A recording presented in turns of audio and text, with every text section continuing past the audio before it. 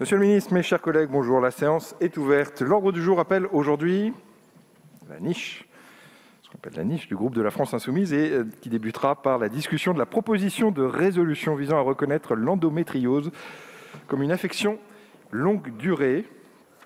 Nous allons aborder la discussion générale avec comme première orateur, c'est une oratrice, et c'est Madame Clémentine Autain pour le groupe de la France Insoumise. Et pour 10 minutes, Madame Autain. Grand verre d'eau. Oh, ça, ils sont gentils. Merci.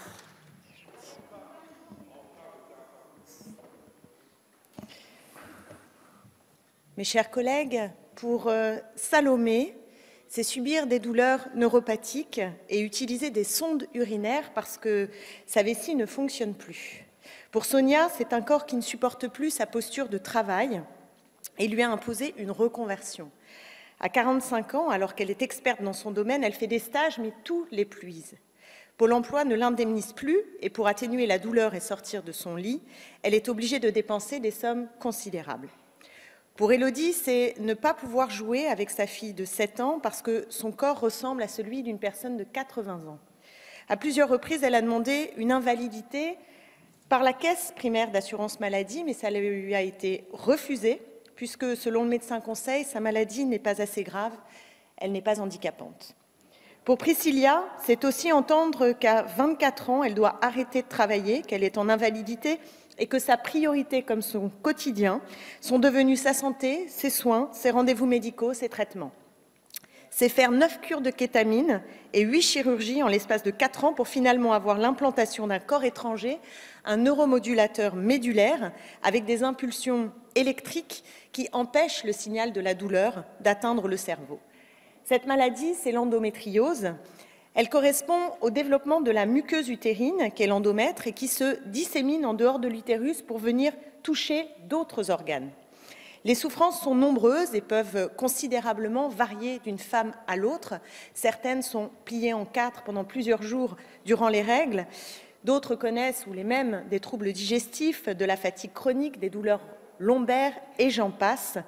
Cette diversité des symptômes joue pour beaucoup dans les difficultés à diagnostiquer la maladie et dans la sous-évaluation du nombre de malades. Nous savons aujourd'hui que près, peut-être même plus, d'une femme sur 10 est atteinte par cette maladie dans notre pays et à travers le monde. L'endométriose est donc un continent caché, tant par l'état de notre méconnaissance que par le nombre de femmes qui en sont victimes. Elle est en réalité si répandue que chacun ici connaît forcément une femme qui se bat contre cette maladie et forcément, dans cet hémicycle, certaines d'entre vous en souffrent. Encore faut-il le savoir parce qu'on compte en moyenne 7 années d'errance médicale avant que l'endométriose soit diagnostiquée, avec toutes les conséquences que cela implique sur la gravité de ces symptômes. Il s'agit d'une maladie incurable, d'une maladie aussi évolutive, et sur laquelle les traitements n'agissent que partiellement. Elle est multifactorielle, et je le redis ici parce qu'on ne l'entend pas assez souvent. L'endométriose se développe parfois après des violences sexuelles par un phénomène de psychosomatisation. Cette maladie est connue des scientifiques depuis le XIXe siècle, mais il aura fallu du temps pour commencer à la reconnaître. Combien de femmes se sont vues répondre quand elles confiaient leur maladie, ce qui n'est pas évident parce que ça touche à l'intime, que c'est dans le domaine des menstruations, qui est un sujet qui reste malheureusement encore tabou. Eh bien, on leur dit, mais c'est dans ta tête, oh là là, t'es toujours fatiguée, puis c'est normal d'avoir mal quand on a ces règles. Eh bien, ce sont des petites phrases récurrentes qui sont culpabilisantes, d'abord, mais qui disent aussi le déni de la maladie et qui ajoutent à la douleur de l'endométriose celle du mépris et de la condescendance. Si l'intensité des souffrances peut varier de façon extrême, vraiment entre l'invalidité et des douleurs pendant 2 jours par mois, c'est évidemment des variations qui sont fortes d'une patiente à l'autre. Il est acquis, mes chers collègues, que cette maladie est aujourd'hui invalidante pour 80% des femmes touchées et à l'origine de problèmes de fertilité pour 40% d'entre elles. Ces chiffres donnent à voir l'urgence d'un accompagnement institutionnel conséquent et protecteur pour toutes celles qui vivent ce calvaire. Il aura fallu attendre 2020 pour que la maladie soit intégrée au programme de médecine. Mes chers collègues, n'attendons plus davantage pour qu'elle le soit à la liste des affections longue durée. C'est ce que nous demandons avec cette proposition de résolution.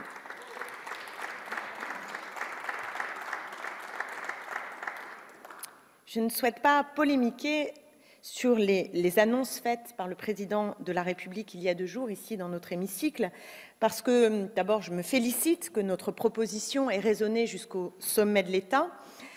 Je note simplement que les annonces d'Emmanuel Macron, en 2017 déjà, n'avaient pas été suivies de mesures concrètes, que le plan annoncé il y a 2 jours n'est assorti d'aucun calendrier précis ni de budget. Or, l'urgence nous oblige et la parole, la communication, pour importante qu'elle soit, vraiment, dans le processus de reconnaissance de la maladie, ne suffira pas. Et c'est pourquoi je souhaite ardemment un vote à l'unanimité aujourd'hui dans notre hémicycle. Bien sûr, Monsieur le Ministre, il faut faire des efforts pour développer la recherche thérapeutique. Elle est aujourd'hui complètement sous-dotée et bien souvent financée par les associations de malades elles-mêmes. Si l'endométriose doit faire l'objet d'une stratégie nationale à la mesure de l'urgence médicale que l'on constate, j'en suis totalement d'accord, on ne peut pas continuer à faire l'impasse sur la reconnaissance institutionnelle et l'accompagnement des victimes. Et de ce point de vue, l'entrée de l'endométriose dans l'ALD 30, c'est la clé, et c'est d'ailleurs ce que demande aujourd'hui l'essentiel des associations et des femmes qui sont victimes. Parce qu'il faut bien se rendre compte qu'aujourd'hui, les femmes qui souffrent de l'endométriose doivent traverser un véritable parcours de la combattante, d'abord pour se faire diagnostiquer, comme je le disais tout à l'heure, mais aussi pour faire reconnaître leurs droits. La réalité, mes chers collègues, c'est que 82% des femmes interrogées sont réticentes à demander des arrêts maladie à leur médecin pendant les crises, et notamment en raison de la perte de salaire qui est induite par les jours de carence. Et 36% déclarent se rendre au travail malgré des symptômes qu'elles estiment incapacitants. En 2018, ce sont seulement 4 500 femmes sur, vous m'avez compris, des millions de femmes atteintes d'endométriose, 4 500 femmes qui ont pu faire reconnaître leurs droits à l'ALD, et selon des critères qui sont assez opaques et dans un contexte de grande disparité selon les territoires et la sensibilité du médecin traitant. Alors, ma question, c'est que deviennent toutes les autres? Celles qui subissent jusqu'à l'évanouissement les douleurs liées à la maladie, celles qui sont prises à la gorge par l'engagement financier de leurs soins, qui peut être considérable, celles qui, faute de pouvoir prendre des arrêts maladie, sont obligées de ravaler leur souffrance et de porter un masque sourire en allant travailler et jusqu'à la fin de la journée. Je refuse absolument de me ranger derrière l'idée que le seul sujet serait la recherche, même si, comme je l'ai dit, c'est un sujet important. L'endométriose doit être combattue sur tous les fronts, et cela suppose que nous agissions fermement sur ce dont nous avons la maîtrise. Or, aujourd'hui, mes chers collègues, ce jeudi 13 janvier 2022, nous pouvons créer un plancher de droits pour les femmes victimes en engageant le gouvernement dans la voie de la reconnaissance institutionnelle. Nous pouvons affirmer que les annonces doivent se traduire au plus vite dans la réalité. Nous pouvons engager le gouvernement sur une mesure simple qui aura un effet cliquet immédiat. Une jeune femme atteinte, que je salue d'ailleurs, me disait il y a quelques jours, elle utilisait cette expression, ça pourrait faire un effet boule de neige vertueux qui changera le quotidien de tant de malades. Notre proposition de résolution permet l'entrée de l'endométriose dans le marbre des affections longue durée, en l'occurrence les ALD 30. Concrètement, cette nouvelle réglementation permettra d'ouvrir le droit à une prise en charge des soins à 100%, à des arrêts maladie et aussi à des possibilités d'aménager son temps de travail. Or, actuellement, les patientes doivent effectuer une démarche spécifique auprès de leur médecin traitant pour espérer le remboursement de leurs soins, sans aucune certitude de l'obtenir.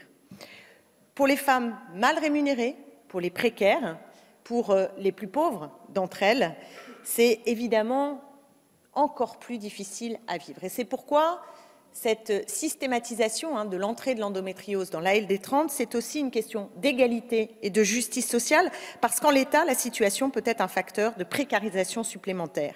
Alors, pour aider les femmes à vivre mieux ce calvaire, je crois qu'il faut vraiment cette réforme. Je vous le dis avec solennité et avec une certaine émotion également.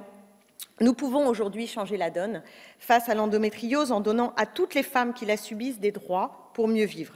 Nous pouvons faire en sorte que l'administration ne soit plus un obstacle, mais une alliée. Mes chers collègues, c'est un enjeu qui dépasse, je le crois, les clivages politiques.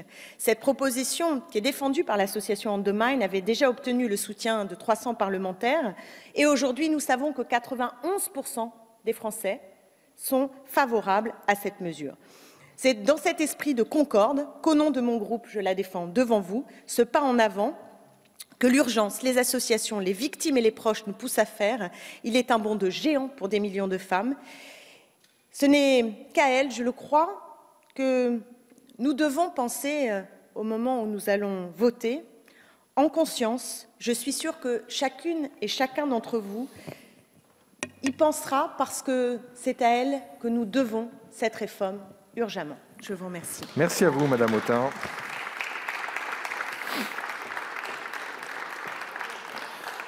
La parole est désormais à Madame Marie-Georges Buffet, qui s'exprime au nom du groupe de la gauche démocrate et républicaine. Et pour une durée, Madame Buffet, de 5 minutes également. Merci, Monsieur le Président, Monsieur le Ministre, chers collègues. Dans notre société, il existe encore de nombreux tabous. Et ceci concerne particulièrement les femmes. Parler des règles sans en faire un sujet honteux ne va pas encore de soi, même si la société a progressé. Aussi, je pense très utile que nous parlions aujourd'hui au sein de cet hémicycle d'une maladie qui touche une femme sur 10 dans notre pays. L'endométriose est caractérisée par des fragments de muqueuse dans les règles, appelés cellules endométriales, qui, au lieu d'être détruits par le système immunitaire, vont s'implanter puis proliférer sur les organes voisins. L'endométriose est une maladie extrêmement douloureuse, parfois invalidante et encore mal diagnostiquée en France. Pour que les femmes osent parler de ce qui les touche, elles doivent d'abord être sûres que leur parole ne sera pas prise à la légère. Mais comment aborder un sujet encore si souvent tu dans notre société? L'endométriose est pourtant un véritable problème de santé publique. Aussi, je tiens à remercier le groupe de la France Insoumise de nous soumettre cette proposition de résolution. C'est un problème sérieux. Cette pathologie a des conséquences importantes pour les femmes, y compris au sein de leur vie intime. L'endométriose est une maladie détectée aujourd'hui avec un retard moyen de 7 ans. 7 années de souffrance où il n'y a parfois pas de recherche des causes. 7 années où les douleurs sont trop souvent banalisées. 7 années où les symptômes peuvent s'aggraver et la qualité de vie des femmes se détériorer. Il y a une urgence réelle à agir. La proposition de résolution présentée aujourd'hui dans notre hémicycle permettrait de faire un pas important vers la reconnaissance institutionnelle de cette pathologie et également une bien meilleure prise en charge sanitaire pour les patientes. L'endométriose est une maladie complexe qui prend des formes différentes chez les femmes atteintes. Si dans environ un tiers des cas, la maladie ne se développe pas ou stagne sans symptômes importants, d'autres connaissent des manifestations invalidantes qui entravent leur quotidien. Les femmes assurent encore aujourd'hui l'essentiel des tâches domestiques au foyer et s'occupent de leurs enfants tout en occupant pour la plupart un emploi. Nombreuses connaissent ce que Nicole Bray, chercheuse à l'Université de Québec, appelle la charge mentale. Elle le définit comme ce travail de gestion, d'organisation et de planification qui est à la fois intangible, incontournable et constant, et qui a pour objectif la satisfaction des besoins de chacun et la bonne marche de la résidence.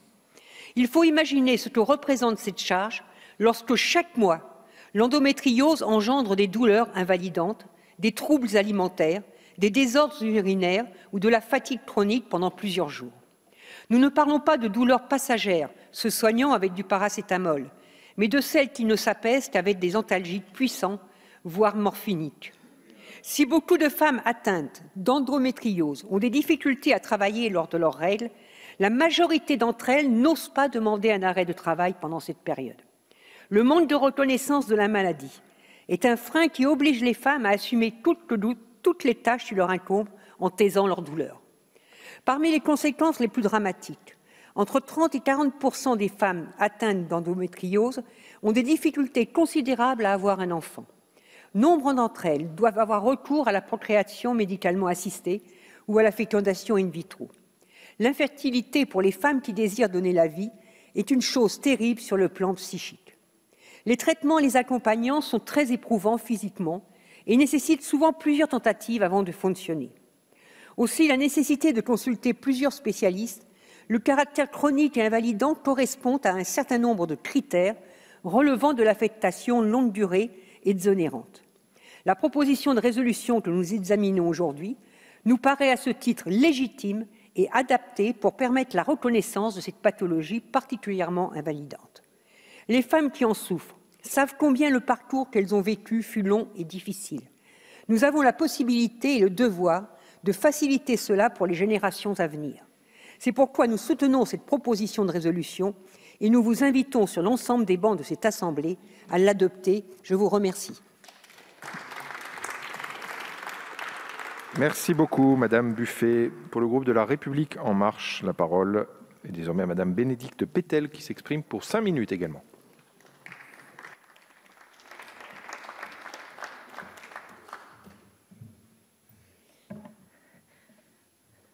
Monsieur le Président, Monsieur le Ministre, mes chers collègues, notre Assemblée se penche aujourd'hui, et j'en remercie ma collègue Clémentine Autain, sur une proposition de résolution visant à lutter contre l'endométriose, pathologie qui a été trop souvent un mal invisible dont souffrent les femmes.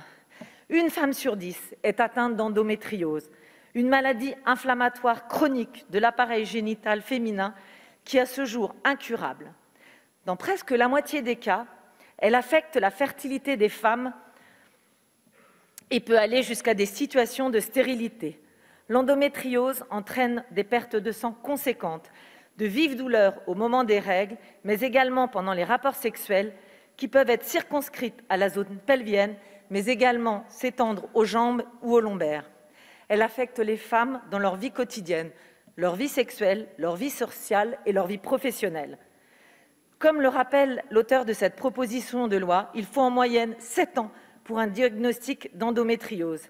7 ans pendant lesquels les femmes vivent un véritable parcours de combattant. Beaucoup de femmes témoignent de leur incapacité à travailler pendant les crises. Vous citez l'étude d'Alice Romero. 1/3 des femmes interrogées quittent rapidement leur travail pour rentrer chez elles.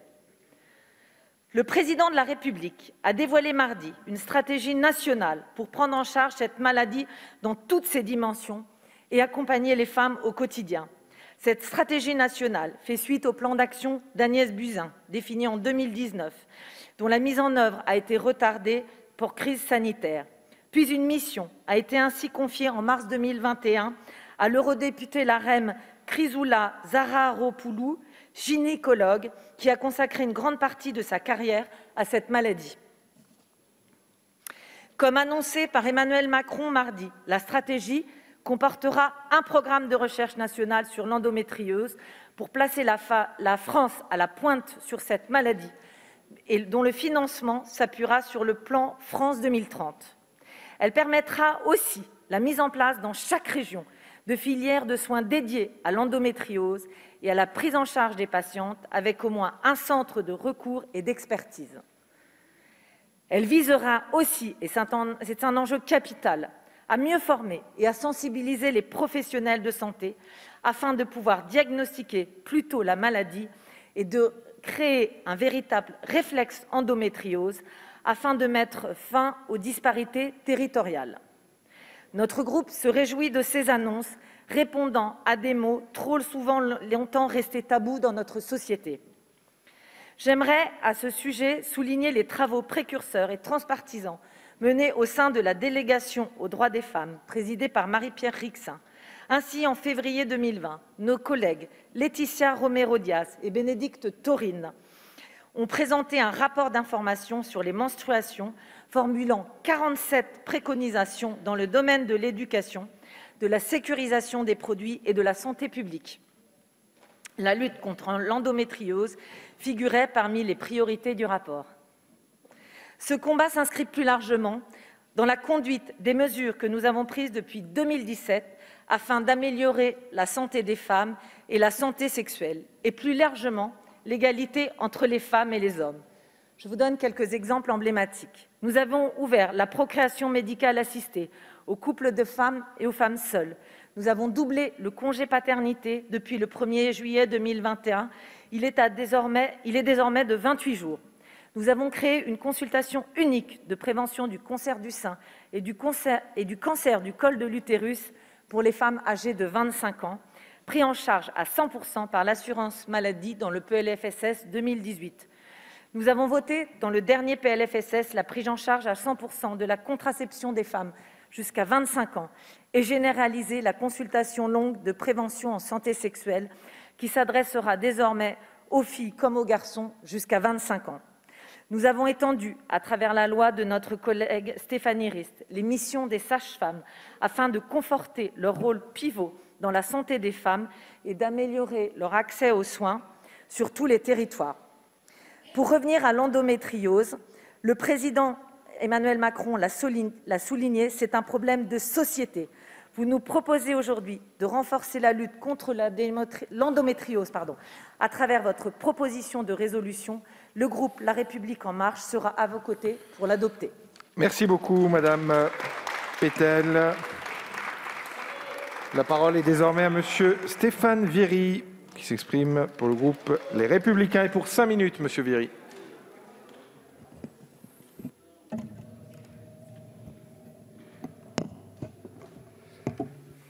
Merci. Monsieur le Président, Monsieur le Ministre, Madame la rapporteure, chers collègues, ça a été dit, je le redis, en France, l'endométriose touche près d'une femme sur 10 en âge de procréer, entre 1,5 million et 2,5 millions de femmes qui en seraient atteintes. Cette maladie gynécologique, fréquente, évolutive, incurable, est liée à la présence anormale de tissus semblables à la muqueuse utérine, appelée aussi endomètre, en dehors de l'utérus. Au lieu de s'évacuer, ces tissus migrent vers d'autres organes, ce qui peut générer des lésions douloureuses et des risques d'infertilité. L'endométriose, pour ces femmes, est une maladie très difficile à vivre au quotidien. Elle altère socialement, professionnellement et économiquement la vie des femmes qui en sont atteintes. Fatigue chronique, perte de confiance en soi, anxiété, remise en question des projets d'enfants, absentéisme au travail. Les symptômes et les conséquences de cette maladie chronique sont très variables, ce qui rend le diagnostic très difficile, notamment parce qu'il n'existe aucune technique de dépistage. Si certaines solutions telles que la prise d'un traitement hormonal et des actes chirurgicaux permettent parfois d'atténuer les douleurs des patientes, il n'existe pas à ce jour de traitement efficace pour soulager ces femmes de manière définitive. Aujourd'hui encore, l'endométriose est une maladie trop peu connue du grand public et du corps médical. Seules quelques études scientifiques ont été menées sur ce sujet qui suscitent au demeurant des avis divergents de la communauté médicale. Cette méconnaissance entraîne des retards considérables au niveau de la prise en charge et en moyenne, cela a été dit, l'endométriose est diagnostiquée avec 7 ans de retard. Cette année, durant lesquelles les femmes restent sans réponse quant à la pathologie qui les fait souffrir, des années de questionnement et d'errance thérapeutique, jalonnées par des consultations médicales régulières qui souvent ne permettent pas de mettre un mot sur ce mal. L'endométriose est effectivement devenue un sujet de société et la parole se libère progressivement. Des députés ont pris des initiatives sur ce sujet depuis 4 ans et demi. Un peu partout en France, dans les territoires, les femmes qui souffrent de cette maladie s'expriment désormais pour témoigner de leurs souffrances, pour les partager avec d'autres femmes, notamment via les associations nationales. Et parallèlement, ces femmes tentent d'aider, grâce à leurs témoignages et à leur expérience de vie, convaincre des professionnels de santé de mieux comprendre et de mieux considérer la maladie. La proposition de résolution que nous étudions aujourd'hui, déposée par le groupe La France Insoumise, vise à reconnaître l'endométriose comme une affectation de longue durée. Elle se fait écho à plusieurs initiatives parlementaires prises depuis le début de cette législature et notamment une proposition de loi que j'avais déposée et enregistrée en juillet 2020 pour une meilleure reconnaissance institutionnelle de cette maladie, voulant la faire la grande cause nationale 2021. Et je citerai également celle de notre collègue Véronique Louwagie, qui avait effectivement pris une initiative très forte sur le sujet. Aussi, le texte que nous étudions aujourd'hui, grâce à la France insoumise, et je leur donne acte, constitue un pas de plus vers une meilleure reconnaissance et surtout la prise en charge de l'endométriose en l'inscrivant dans la liste des affections de longue durée. Cette proposition de résolution ne peut faire que consensus sur tous les bancs de cette Assemblée et le groupe Les Républicains votera évidemment pour ce texte. Mais au-delà de cette première initiative concrète, de cette première étape parlementaire, il faut désormais aller encore plus loin en mettant en place un vaste plan de santé nationale pour lutter contre l'endométriose, avec un véritable parcours de prise en charge d'amont en aval, de la détection précoce à la prise en charge de la pathologie. Cela passe notamment par la formation des médecins, Monsieur le Ministre, et des professionnels de santé, par le financement de la recherche, par la création de pôles territoriaux dédiés. Depuis 2017, rien de concret n'a été fait en termes de politique de santé publique au sujet de l'endométriose. Ce matin, je tenais à le dire et je le déplore. Et après une tentative ratée au printemps 2019, le gouvernement a lancé une mission d'élaboration de la stratégie nationale contre l'endométriose.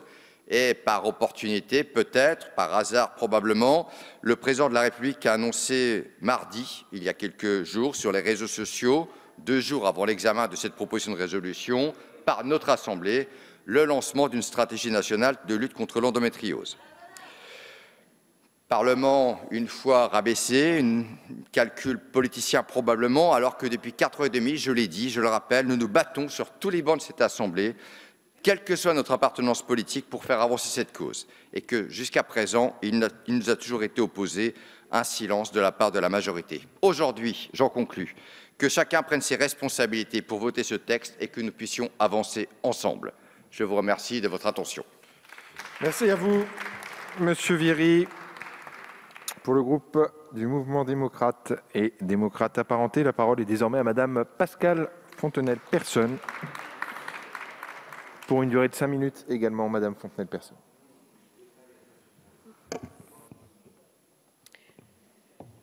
Merci.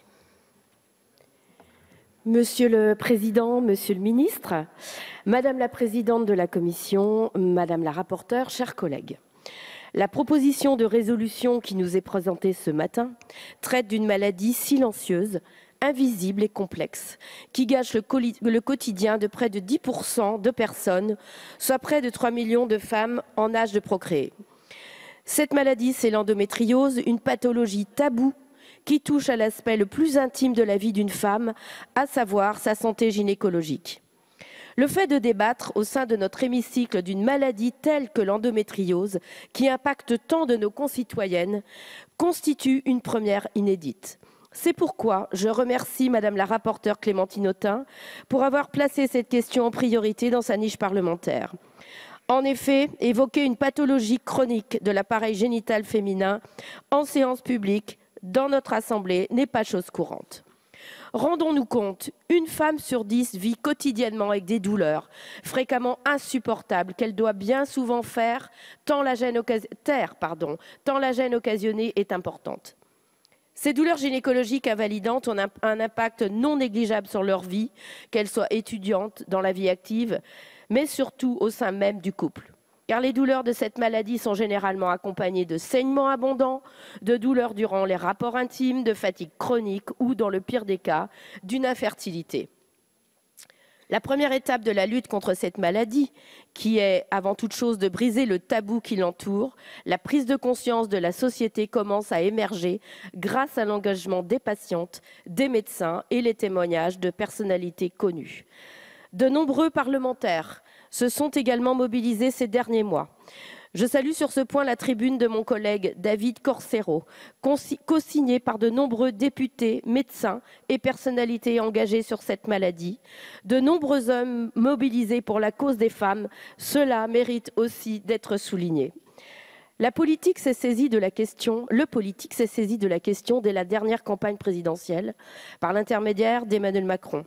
En 2019, Agnès Buzyn esquissait un premier plan d'action visant à améliorer les soins prodigués aux femmes et à lutter contre la méconnaissance de cette maladie.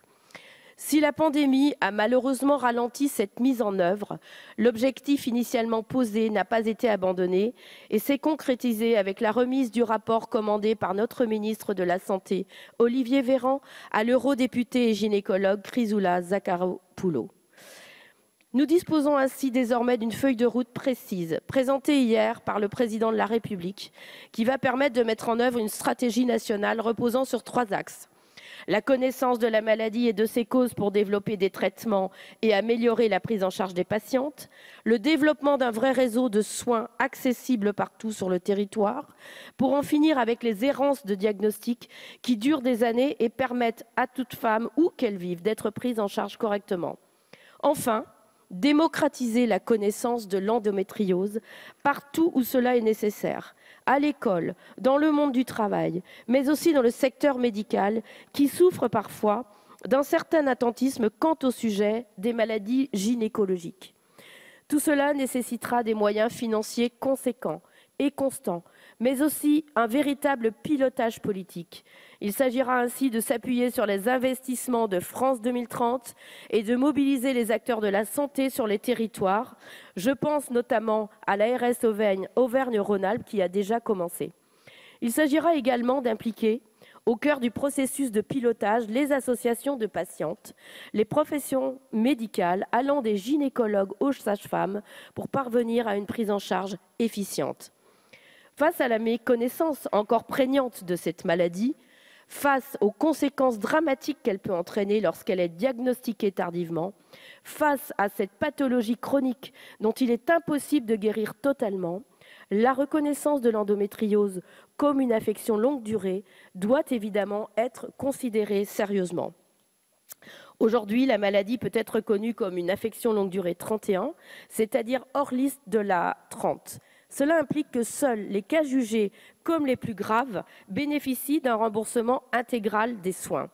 C'est là toute la complexité de cette maladie qui se manifeste à des degrés extrêmement divers chez la femme. D'un autre côté, le dispositif de l'ALD présente des lacunes patentes en termes d'uniformité et de lisibilité. Aussi, nous devrons accompagner au mieux les avancées dans notre réglementation afin de répondre le mieux possible aux femmes atteintes de cette terrible maladie. Je vous remercie. Merci à vous. Pour le groupe socialiste et apparenté, la parole est désormais à Madame Marie-Noëlle Battistel pour une durée de 5 minutes également, Madame Battistel.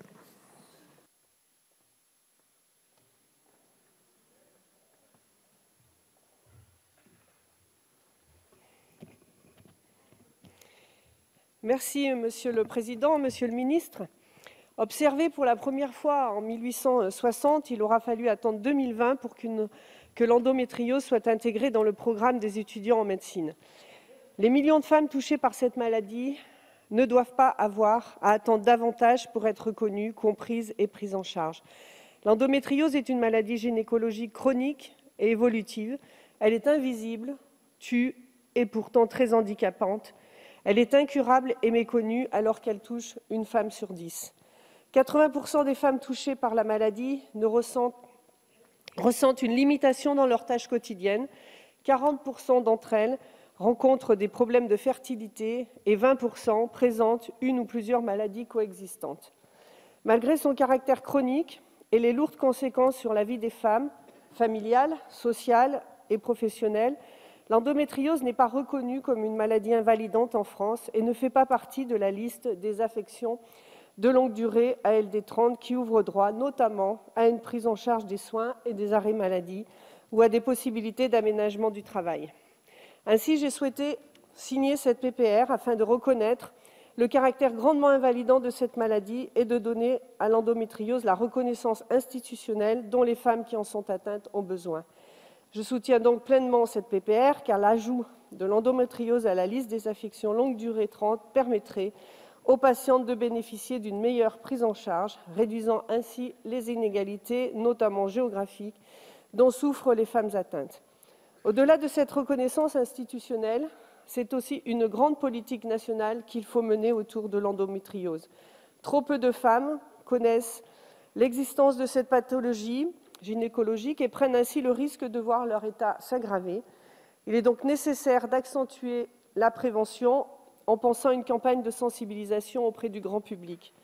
Avec des retards de diagnostic de 7 ans en moyenne, errance insupportable, la sensibilisation doit également s'adresser aux personnels médicaux par une meilleure formation des généralistes, gynécologues, infirmiers, gastrologues, urologues, radiologues, afin d'améliorer et d'accélérer les diagnostics et d'assurer une meilleure prise en charge des patientes. Il existe aujourd'hui trop peu d'études scientifiques consacrées à l'endométriose. Un effort immense est également à faire en matière de recherche afin de trouver un traitement définitif. Il est également nécessaire de mettre en place un plan d'accompagnement des malades par l'intermédiaire d'une démarche unique pour que les patientes bénéficient d'une prise en charge adaptée, de penser la création de centres de référence pour le traitement des patientes atteintes des formes les plus sévères d'endométriose. Toutes ces actions doivent être coordonnées avec les associations de malades, et je pense notamment à Endomine, qui fait un travail remarquable sur la question, et évidemment avec les professionnels de santé. Vous l'aurez donc compris, chers collègues, Monsieur le ministre, le groupe socialiste et apparenté, tout d'abord remercie le groupe LFI, et notamment Clémentine Autain pour cette initiative, et votera cette PPR, afin de donner à l'endométriose la visibilité nécessaire et résoudre peu à peu les freins découlant de la méconnaissance de cette maladie. Je vous remercie. Merci beaucoup, Madame Battistel, pour le groupe Agir Ensemble. La parole est désormais à Madame Lise Magnier. Pour 5 minutes, Madame Magnier également. Merci, Monsieur le Président, Monsieur le Ministre, Madame la rapporteure, mes chers collègues. Ce n'est pas un problème de femmes, c'est un problème de société. Tout d'abord, je veux exprimer ici, au nom du groupe Agir Ensemble, mes très sincères remerciements au Président de la République de s'être exprimé cette semaine sur ce sujet. Et oui, si l'endométriose est une maladie exclusivement féminine, elle concerne bien l'ensemble de notre société, en cela qu'elle a des conséquences pour les plus jeunes femmes, les adolescentes, pour les couples, pour les familles, pour les proches, pour les collègues. Vous l'avez dit, chère Clémentine Autain, cette pathologie fait souffrir dans leur chair environ 2 millions de femmes en France. Cette maladie, dont les symptômes sont variables, se traduit selon son stade par des saignements abondants, de violentes douleurs, des troubles du sommeil, l'incapacité de rester debout, des malaises, voire des états dépressifs. En cela, les femmes atteintes, 1 femme sur 10, voient leur quotidien mis à mal, que ce soit dans leur vie professionnelle, amoureuse ou relationnelle. Et cette maladie est bien un problème qui nous concerne tous, puisqu'elle demeure la première cause d'infertilité dans notre pays. Pourtant, alors que c'est un problème de santé publique majeur, massif même, il est frappant de constater à quel point elle reste une souffrance invisible. L'on continue à éduquer nos jeunes filles dans un principe archaïque et intolérable. Tu es une femme, tu as tes règles, tu as mal, c'est normal. Non, disons-le haut et fort, ce n'est pas normal de souffrir du seul fait d'être une femme. Et les conséquences de cette absence de reconnaissance sont graves. Sur le dépistage d'abord, la honte de parler de ces règles douloureuses, le manque de sensibilisation du grand public et de formation des professionnels de santé induit un retard quasi systématique de diagnostic. En moyenne, l'endométriose est ainsi repérée après 7 ans d'errance médicale. 7 ans pendant lesquels la maladie évolue et s'installe souvent de manière irréversible dans le corps des femmes. Et ce tabou se répercute aussi sur la recherche. Alors que la pathologie n'est pas nouvelle, la recherche sur l'endométriose en est encore à ses balbutiements, tout comme pour toutes les ménorrhagies dans leur globalité. Aucun traitement ne permet aujourd'hui de vaincre définitivement cette maladie. Les solutions thérapeutiques se limitent à l'amoindrissement des douleurs, sans toutefois les éliminer, et sinon de façon beaucoup plus invasive. Et c'est aussi un sujet de société qui renvoie à des enjeux d'inégalité, d'accès aux soins et de défaut de diagnostic. L'accès au parcours d'aide médicale à la procréation, quand la maladie a pris trop d'ampleur, est malheureusement encore beaucoup trop compliqué dans nos territoires ruraux éloignés des métropoles. Pire, quand la maladie atteint un stade avancé, faute de connaissance des autres techniques et traitements existants, la chirurgie traumatisante sera alors la seule solution proposée aux femmes.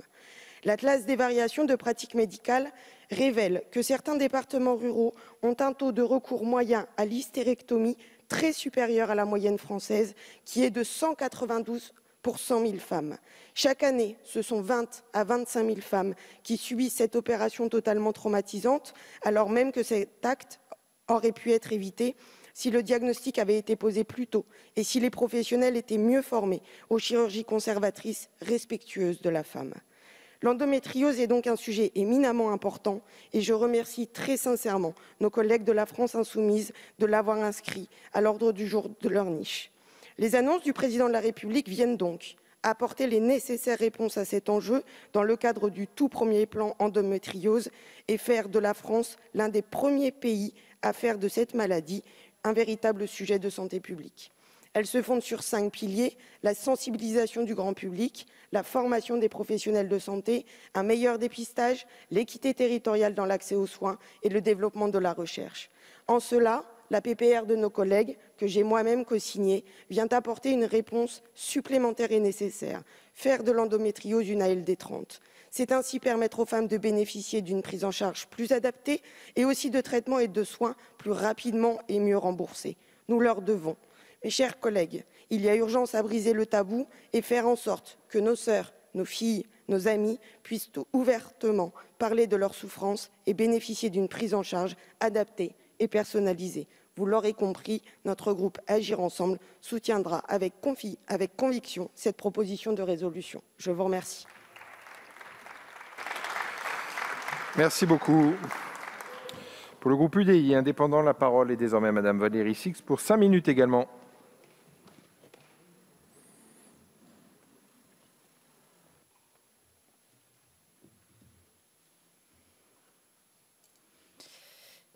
Monsieur le Président, Monsieur le Ministre, Madame la rapporteure, mes chers collègues, l'endométriose me gâche la vie. Ces mots sont ceux d'Amélie, une jeune femme atteinte d'endométriose et résonnent pour de nombreuses malades. Ils en disent long sur les conséquences physiques, sociales et psychologiques de cette maladie chronique de l'endomètre. Au-delà des souffrances, c'est à l'errance médicale et au manque de reconnaissance que ces femmes doivent faire face. Il s'agit d'un véritable parcours du combattant face à des professionnels de santé insuffisamment informés, mais aussi à des procédures de soins longues et inadaptées. Il ne faut pas non plus oublier la stigmatisation et aussi la perte de chance économique engendrée, car l'endométriose est un véritable handicap. Elle impacte directement la capacité des femmes à travailler et à étudier, avec des conséquences sur leur statut social, leur carrière et leur famille. C'est pourquoi je me réjouis de nous voir aujourd'hui réunis autour de cette proposition de résolution qui s'attache particulièrement à cette question du travail en invitant le gouvernement à inscrire l'endométriose sur la liste des affections longue durée. Cette reconnaissance est nécessaire car les absences du lieu de travail pour motif de soins ont des conséquences financières concrètes avec l'enchaînement de journées de carence en cas d'arrêt de maladie répété. Mal comprise par l'employeur ou les collègues de travail, elle entraîne une stigmatisation dans le milieu professionnel et peuvent freiner l'avancement des carrières. Dans le pire des cas, quand la personne ne peut plus travailler, elle se retrouve sans ressources. Ainsi, au-delà de la prise en charge à 100% par l'assurance maladie, l'ALD permettra une meilleure reconnaissance institutionnelle de l'endométriose, importante puisque l'on constate aujourd'hui un fort taux de non-recours. De nombreuses malades ne feraient pas la demande pour bénéficier d'une ALD hors liste, par renoncement, et une grande majorité d'entre elles renonceraient à demander un arrêt maladie à leur médecin durant les périodes de douleur. L'ALD permet donc de normaliser cette maladie en l'inscrivant dans un cadre juridique concret. Toutefois, cette mesure ne sera pas suffisante. D'abord parce que sans diagnostic, toute reconnaissance de la maladie est vaine. Or, le retard du monde médical sur le sujet est un problème sur lequel il nous faut avancer. À ce titre, la stratégie nationale lancée en mars 2021 par Monsieur le ministre Olivier Véran est nécessaire, mais elle doit aller beaucoup plus loin et surtout beaucoup plus vite. D'une part, parce que la propagation des lésions causées par l'endométriose est irréversible et qu'il est tout simplement inacceptable de devoir attendre 7 ans pour se voir poser un diagnostic. D'autre part, il y a urgence à améliorer la prévention, lorsqu'on sait que cette maladie a des facteurs génétiques reconnus. Pour cela, des propositions concrètes ont été faites par les associations et des axes bien identifiés. Tout d'abord, il faut insister sur la formation initiale et continue du corps médical à tous les niveaux, afin d'améliorer la détection et la prise en charge des symptômes. Ensuite, un parcours de soins spécifique à l'endométriose doit être créé. La mise en place de centres d'expertise dédiés à sa prise en charge apparaît comme une nécessité. Enfin, notre pays doit avancer sur la recherche. En août dernier, l'Université d'Oxford a découvert un gène qui pourrait être à l'origine des formes les plus graves de la maladie, ouvrant ainsi la porte à un traitement. Les avancées sont donc possibles et nous devons être en première ligne. Il nous faut donc des moyens et une stratégie. Ces propositions, on les retrouve dans la très récente communication du président de la République sur la stratégie nationale de lutte contre l'endométriose. Mais je ne peux m'empêcher de m'inquiéter face à cette accumulation d'annonces. Rappelons que cette stratégie avait été annoncée dès 2017, avec pour seul résultat concret aujourd'hui la remise d'un rapport. Quand ces éléments seront-ils mis en place concrètement? Comment et avec quels moyens? Que dire aussi de l'absence de mention de l'ALD dans ces déclarations? Ne pourrions-nous pas aller encore plus loin? Par exemple, la prise en charge intégrale de la pilule pour les femmes de moins de 25 ans est aujourd'hui mise en œuvre. Pourquoi ne pas y inclure les femmes atteintes d'endométriose, pour qui la pilule représente à ce jour l'unique solution pour éviter les douleurs?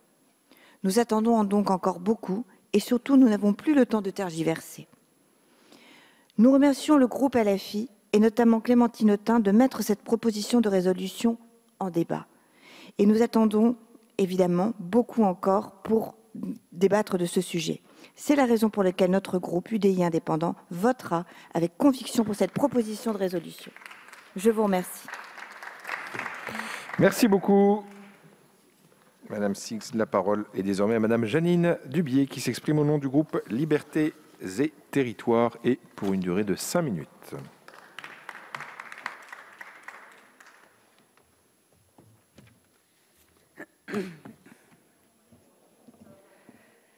Monsieur le Président, Monsieur le Ministre, Madame la Présidente de Commission, mais je ne la vois pas, chers collègues, le corps des femmes nourrit un paradoxe, celui d'être omniprésent et pourtant invisible, objet de toutes les appropriations et pourtant lieu de tous les tabous. Que ce soit la grossesse, les menstruations, la contraception, la santé sexuelle féminine dans son ensemble a trop longtemps été reléguée à la sphère privée au lieu d'être considérée comme un enjeu médical et social, et le chemin est encore long. Dans le cas de l'endométriose, la pression sociale, les jugements moraux et les non-dits dangereux ont longtemps contraint les femmes au silence. Ainsi, l'endométriose a été découverte en 1860 et pourtant, son apparition dans le débat public ne remonte qu'à quelques années. Or, il faut pouvoir l'affirmer haut et fort, non, cette souffrance n'est pas normale, elle n'est pas anodine, elle peut avoir des conséquences importantes sur la santé des femmes, mais aussi sur leur quotidien et leur parcours professionnel. La possibilité d'exprimer cette douleur est certainement la première étape à franchir pour améliorer le parcours des femmes. Les chiffres sont éloquents, une femme sur 10 est atteinte d'endométriose, mais il faut en moyenne 7 ans pour diagnostiquer la maladie, 7 ans d'errance, de souffrance et d'incompréhension. Le premier des obstacles à lever est donc celui du dépistage. 2,5 millions de femmes seraient atteintes d'endométriose, mais il est à craindre que ce chiffre soit sous-estimé du fait de la difficulté même d'obtenir un diagnostic. Je veux insister aussi sur le fait que l'endométriose n'est pas la seule pathologie gynécologique et donc un dépistage précoce systématisé permettrait donc de mieux les détecter et de mieux sensibiliser les femmes à ces dernières. Cela ne sera possible qu'en vertu d'une meilleure formation des professionnels à ces maladies, souvent méconnues ou mal prises en charge. Le second obstacle concerne évidemment l'accompagnement de ces femmes. D'abord car c'est une maladie chronique évolutive dont on ne guérit pas. Le premier enjeu est évidemment le soutien à la recherche qui est aujourd'hui insuffisant. Il nous faut mieux comprendre cette maladie et ses causes et trouver des traitements thérapeutiques qui aujourd'hui n'existent pas. Le soutien à la recherche est aussi important pour celles qui nourrissent un projet parental, alors même que l'endométriose est la première cause d'infertilité en France. Nous prenons bonne note de la stratégie nationale présentée hier par Emmanuel Macron et qui repose notamment sur le lancement d'une vaste étude épidémiologique, c'est un préalable.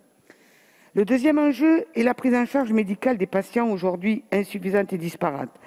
Toujours selon cette même stratégie, chaque région devra ainsi identifier des filières territoriales de soins avec au moins un centre de recours et d'expertise. Là encore, notre groupe souscrit à cet objectif qui permettra de mieux orienter les patientes, même si nous regrettons le caractère tardif de toutes ces annonces attendues depuis 2017. Il reste par ailleurs maintenant à savoir quand et comment ce plan d'action se concrétisera et avec quels moyens. Néanmoins, ce plan reste insuffisant car l'accent n'est pas mis sur le caractère invalidant de cette maladie dans la vie sociale et professionnelle des femmes concernées. C'est en cela que la présente proposition de résolution, à l'initiative de Clémentine Autain, que je remercie très sincèrement, et de son groupe qui l'a inscrit à l'ordre du jour de sa niche ce matin, est nécessaire, car la présente proposition de résolution porte sur la reconnaissance de l'endométriose en affection de longue durée, comme celle d'ailleurs de notre collègue Véronique Louwagie en septembre 2020, que j'avais co-signée, et je pense aussi à la PPL de Stéphane Viry pour en faire une grande cause nationale en 2021. Aujourd'hui, l'endométriose peut seulement être reconnue comme ALD 31, c'est-à-dire hors liste. Or, les patientes qui en bénéficient représentent une proportion infime des femmes concernées.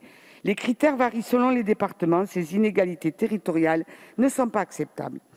L'inscription sur la liste des ALD 30 répondant à un enjeu d'égalité et rendrait ainsi la prise en charge des soins systématique. L'autre atout de la reconnaissance en ALD concerne l'évolution des femmes dans le milieu professionnel. Nombreuses sont celles qui ont été pénalisées dans l'avancement de leur carrière à cause de cette maladie chronique invalidante. La reconnaître comme une affection de longue durée permettrait donc une réduction du délai de carence pour l'arrêt de travail, ainsi que des aménagements de poste lorsque cela est possible. Plus généralement, l'inscription de l'endométriose sur la liste des affections longue durée répond à un besoin de reconnaissance institutionnelle, la seule qui permettrait aux femmes de ne plus se voir opposer l'incompréhension de certains, que ce soit dans le milieu médical comme professionnel. Mais il faut aller plus loin et souhaitons que l'annonce du président de la République pour définir une stratégie nationale devienne opérationnelle le plus vite possible et ne soit pas seulement qu'un effet d'annonce. Notre groupe Liberté et Territoires soutiendra cette proposition de résolution que de nombreux collègues du groupe ont co-signée. Je vous remercie. Beaucoup, Madame Dubié. Alors, nous avions comme orateur inscrit Monsieur Sébastien Chenu, qui n'est manifestement pas là ce matin et donc en son absence. Les règles d'attribution du temps de parole offrent à Madame Alban Gaillot la possibilité de s'exprimer. Pour 5 minutes, Madame Gaillot.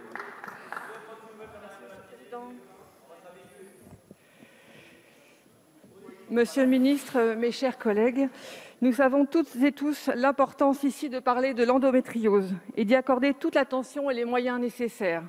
Je tiens à saluer sur le principe les annonces récentes du gouvernement en faveur de la lutte contre l'endométriose, à savoir le lancement d'un premier comité de pilotage interministériel le 14 février et le lancement d'une stratégie nationale de lutte contre l'endométriose, telle que demandée depuis longtemps par les associations. Ces annonces, bien que tardives, sont un premier pas dans une bonne direction. Et je me joins à mes collègues pour demander non seulement un calendrier plus précis, avant la fin du quinquennat, bien évidemment, mais également des moyens financiers conséquents pour le bon déroulement de cette stratégie nationale.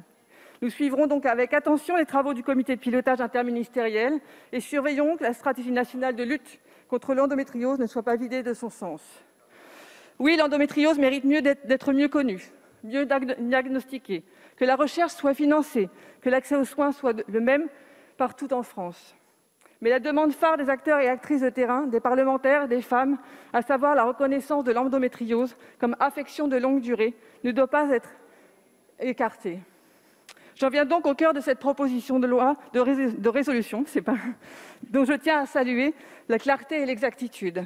Et je remercie notre collègue Clémentine Autain de porter haut ce sujet et nous permettre de débattre de ce sujet aujourd'hui.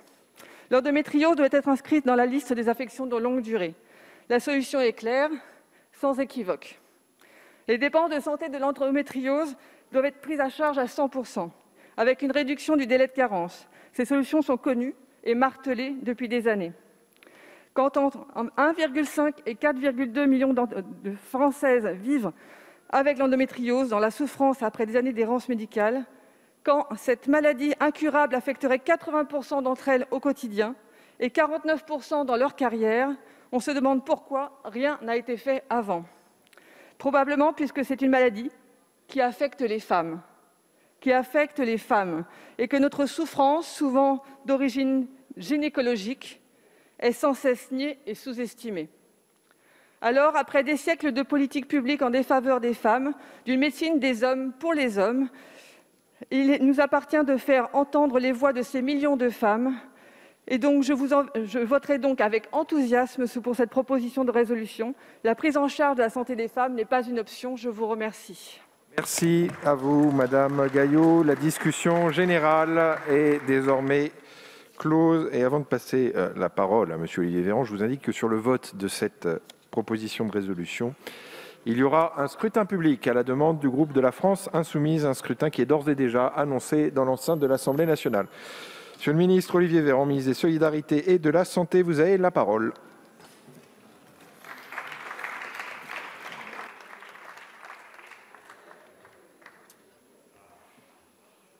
Monsieur le Président, Mesdames et Messieurs les députés, je vous remercie d'abord pour nous donner la possibilité de débattre dans cet hémicycle de la question de la prise en charge de cette maladie chronique, ça a été dit, insuffisamment connue, pourtant très fréquente, qu'on disait volontiers invisible, pourtant une maladie ancienne, qu'est l'endométriose. C'est une maladie qui, je dirais, a émergé dans la société, non pas en tant que maladie, parce que des patientes en souffrent depuis le 19e siècle, ça a été dit, mais qui a émergé à la face visible de la société il y a quelques années, quelques décennies, et qui a pris une place de plus en plus importante. Pourquoi ? Parce que la parole s'est progressivement libérée. Pourquoi ? Parce que la recherche a progressé. Pourquoi ? Parce que la connaissance sur les tenants et aboutissants de cette maladie chronique ont également avancé. Vous l'avez très bien dit, mesdames les députés qui êtes intervenus, je ne reprendrai pas tout ce qui a pu être dit, mais c'est la situation, hélas, encore trop classique dans notre pays, dans la plupart des pays occidentaux, de cette jeune femme, de cette jeune fille à l'âge de l'adolescence qui a des douleurs de règles épouvantables et à qui on dit c'est normal, c'est les règles. C'est la situation de cette collégienne, cette lycéenne qui est obligée d'aller à l'infirmerie 2-3 jours par mois, parfois sans qu'on puisse suspecter qu'elle présente une maladie chronique et qui peut se traiter. C'est la situation de cette jeune femme qui finit par consulter des médecins, son médecin généraliste ou d'autres, en lui disant j'ai ces douleurs quand même qui sont prégnantes, qui sont importantes, invalidantes, avec un retard au diagnostic de 7 ans en moyenne dans notre pays. Donc pendant plusieurs années, on va lui dire, on va voir, on va peut-être faire une échographie, c'est peut-être des douleurs, mais c'est hormonal. C'est l'histoire de cette femme qui, à l'âge d'exercer sa profession, est obligée de s'arrêter de travailler de temps en temps parce qu'elle a trop mal, ou alors qui va aller au travail la boule au ventre et qui va passer une très mauvaise journée de travail. C'est l'histoire de ces femmes qui se rendent compte qu'elles souffrent de cette maladie chronique depuis des années au moment de la prise en charge d'un parcours d'infertilité. C'est la première cause d'infertilité dans notre pays.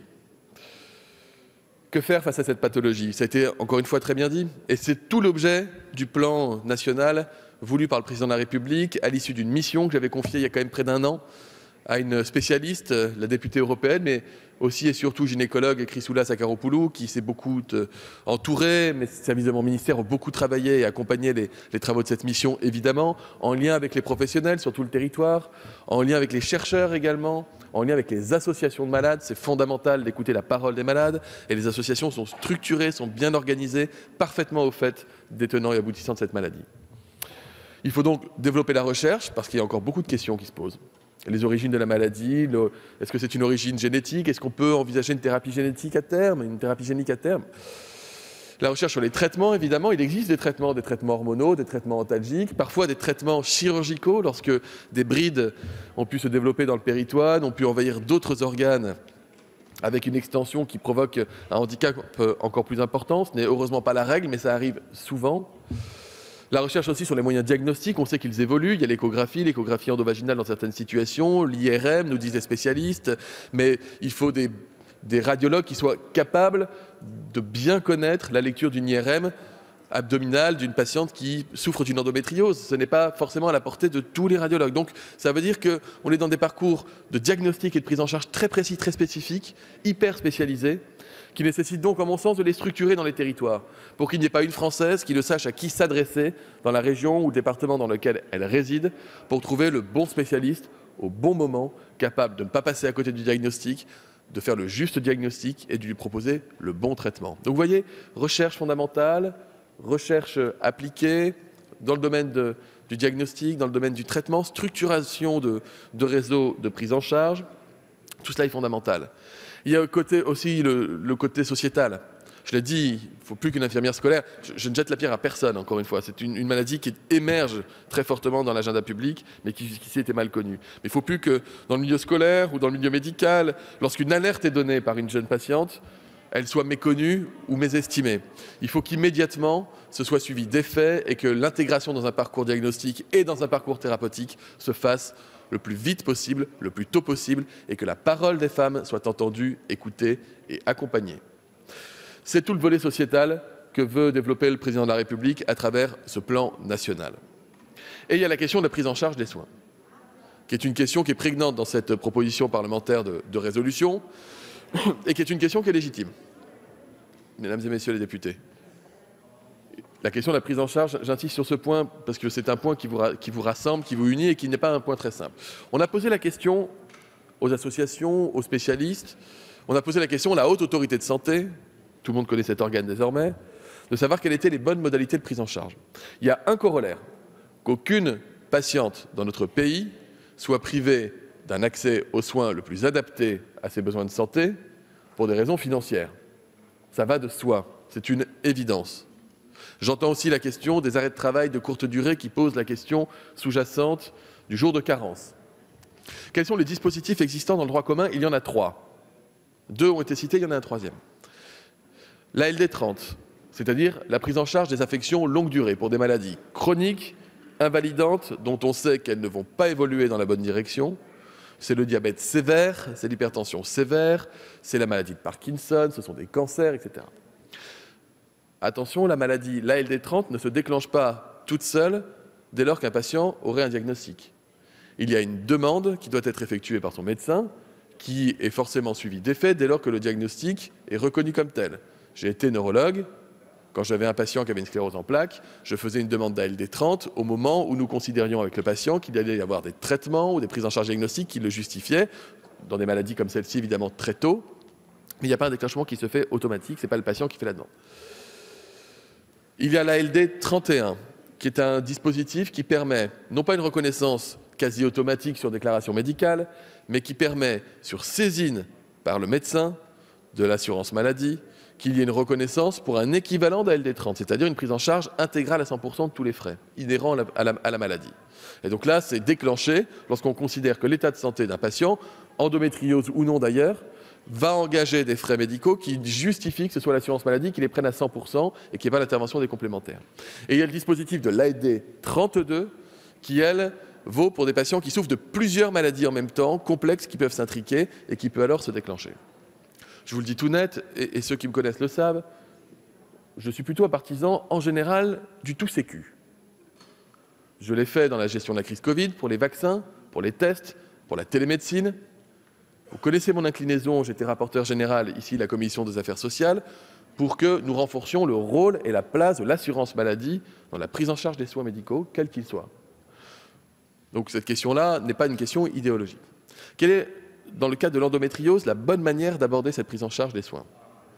Faut-il dire que toutes les patientes qui ont une endométriose, dès le diagnostic, vont être en ALD 30? On peut se poser cette question-là. Alors, il y a des associations qui sont très partisanes de cela, il y a des associations qui sont plus réservées pour cela, et puis il y a des patientes, et il y a la Haute Autorité de Santé, des spécialistes qu'on interroge et qui nous disent, au fond, il y a endométriose, il n'y a pas une malade d'endométriose, il y a autant de formes d'endométriose qu'il y a de malades qui en souffrent. Et il y a certaines patientes qui peuvent présenter des douleurs de règles à certains moments, etc., qui justifient une prise en charge particulière. D'autres patientes qui vont avoir des maladies beaucoup plus invalidantes, qui vont emporter des conséquences dans leur quotidien, etc., etc. Donc, est-ce qu'il faut que 10% des femmes soient d'office classées en prise en charge type ALD 30? C'est la question qui est posée. Je dis ça, je pose la question, je n'ai pas de conclusion, je vous vois là-bas, ma tante me guetter au tournant. Non, je suis désolé de vous dire ça. Moi, j'estime que je n'ai pas la réponse en la matière. J'ai saisi la Haute Autorité de Santé qui s'est prononcée plutôt contre le mécanisme d'ALD 30, disant qu'il fallait renforcer l'accès dans la ALD 31. Et vous le savez, le Président de la République m'a demandé de piloter un comité interministériel visant justement à aborder l'ensemble des questions en faisant... Je ne vois pas pourquoi ça vous énerve. En respectant quelque chose qui devrait vous être cher, Ça s'appelle la démocratie sanitaire, dont on va fêter les 20 ans de la très belle loi de Bernard Kouchner le 4 mars prochain, et qui consiste à dire, plutôt que de tout régler ou au Parlement ou dans le bureau du ministre, on va lancer une grande réflexion globale, nationale, impliquant au premier chef les associations elles-mêmes, les patientes, et déterminer quelles sont les bonnes modalités. Peut-être que ce sera la LD30 et j'aurai aucun problème, ni idéologique, ni conceptuel, ni pratique avec ça. Je vous le dis tout net, aucun problème. Je dis juste que la méthode qui a été proposée par le président de la République, à l'issue d'une mission qui a consulté plus de 200 personnes quand même, c'est de se dire l'appropriation de la maladie, elle revient davantage aujourd'hui à celles qui souffrent et à celles et ceux qui soignent que à des experts dans leur bureau. Donc, moi, encore une fois, je vous remercie pour cette PPR qui a le mérite d'envoyer un signal au gouvernement. J'ai compris que le Parlement allait la voter, donc j'ai aucune difficulté, encore une fois, avec cela. Et je suis ravi, mais vraiment ravi, qu'on puisse avoir un espace de discussion et d'échange sur cette pathologie, qu'on puisse la faire émerger à travers votre initiative encore davantage dans l'agenda public. Et moi, je me fais fort de mener à terme les travaux, qui sont des travaux fondamentaux, pour qu'on rattrape un retard conséquent et qu'on envoie un message à toutes les femmes de notre pays. Vous êtes entendues, vous êtes écoutées, vous êtes accompagnées, vous êtes reconnues et vous êtes soignées. Je vous remercie. Merci à vous, Monsieur le ministre. Et donc, nous allons pouvoir mettre aux voix la proposition de résolution. Chacun a eu le temps de regagner sa place. Le scrutin est ouvert.